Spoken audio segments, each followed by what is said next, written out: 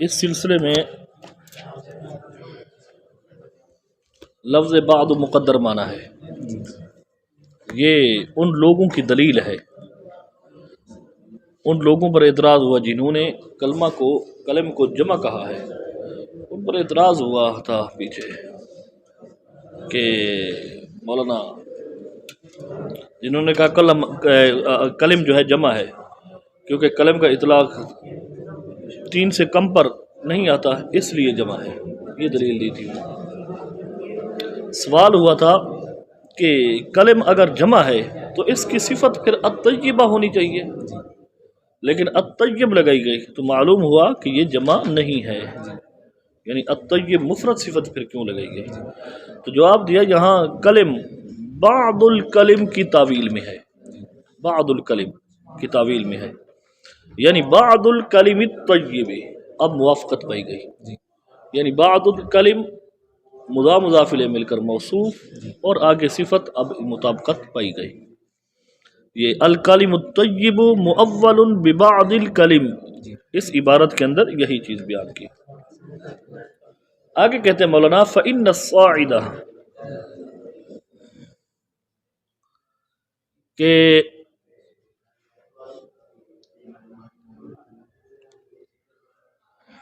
علامہ جامی رحمۃ اللہ تعالی علیہ نے